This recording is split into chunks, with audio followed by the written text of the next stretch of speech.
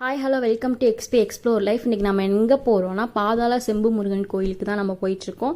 திருவிழா முடிஞ்ச கையோட மறுநாள் காலையில் நானும் என்னோட ஹஸ்பண்ட், என்னோட அண்ணன், என்னோட அக்கா பையன், நாங்கள் 4 பேர் சேர்ந்து இந்த கோயிலுக்கு போயிட்டுருக்கோம். இது எங்கே இருக்குன்னா திண்டுக்கல் டு ஒட்டன்சத்திரம் ரோடுக்கு முன்னாடி இருக்க ஸ்ரீ ராமாபுரங்கிற ஏரியாவில் தான் இது இருக்குது. லெஃப்ட் கட் பண்ணோன்னா ஒரு பாதாள செம்பு முருகன் ஃபோட்டோ போட்டு ஒரு போர்டு மாதிரி போட்டிருப்பாங்க. அதுலேருந்து நம்ம வந்து நேராக போனோம்னா முன்னாடியே இருக்குங்க கோயில்.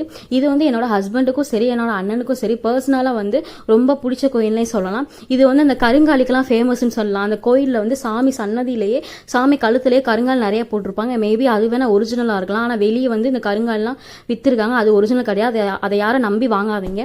இதுக்கு வந்து 2 வழி இருக்குது. முன்னாடி வழி வந்து நம்ம போனோம், ஆனால் வந்து அங்கே வந்து வேலை பார்த்துட்டு இருக்கனால அங்கிட்டு போகலான்னு சொல்லிட்டாங்க. அதனால பின்னாடி வழியில் வந்து நாங்கள் போய் சாமி வந்து இங்கே வந்து எல்லாமே அடியில் தான் இருக்கும். சிவன் சன்னதியாக இருக்கட்டும், அதுக்கப்புறம் வந்து முருகன் சன்னதியாக இருக்கட்டும், எல்லாமே அடியில் தான் இருக்கும். இங்கே வந்து கருப்பணசாமி ஸ்டாச்சு இருக்கும் பெரிய. அது பார்த்தாலே ரொம்ப அப்படியே ஒரு மாதிரி பயங்கரமாக இருக்கும். நான் ஃபஸ்ட் டைம் வந்து இந்த கோயிலுக்கு வந்தப்போ ஃபஸ்ட்டு பார்த்தோன்னே ரொம்ப பயந்துட்டேன். அந்த கண்ணெல்லாம் பார்த்துக்கவே பயந்துட்டேன். அதுக்கப்புறம் எல்லா சாமிக்கிட்டையும் போய் ஒரு அட்டண்டன்ஸை போட்டுட்டு கடைசியில் வந்து கீழே தான் வந்து முருகனோட சன்னதி இருக்குது. முருகன் வந்து இங்கே சிரிச்ச மாதிரி இருப்பாருங்க. பார்க்குறதுக்கே அவ்வளோ அழகாக இருக்கும்.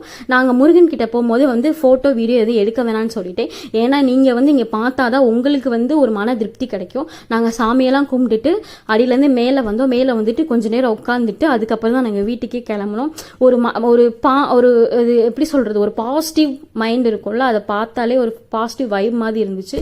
ஸோ அதை பார்த்துட்டு நாங்கள் வீட்டுக்கு போயிட்டு ஒரு நான்வெஜ் ஒரு வெட்டு கட்டிட்டு ஊர் கிளம்பிட்டோம். பாய்.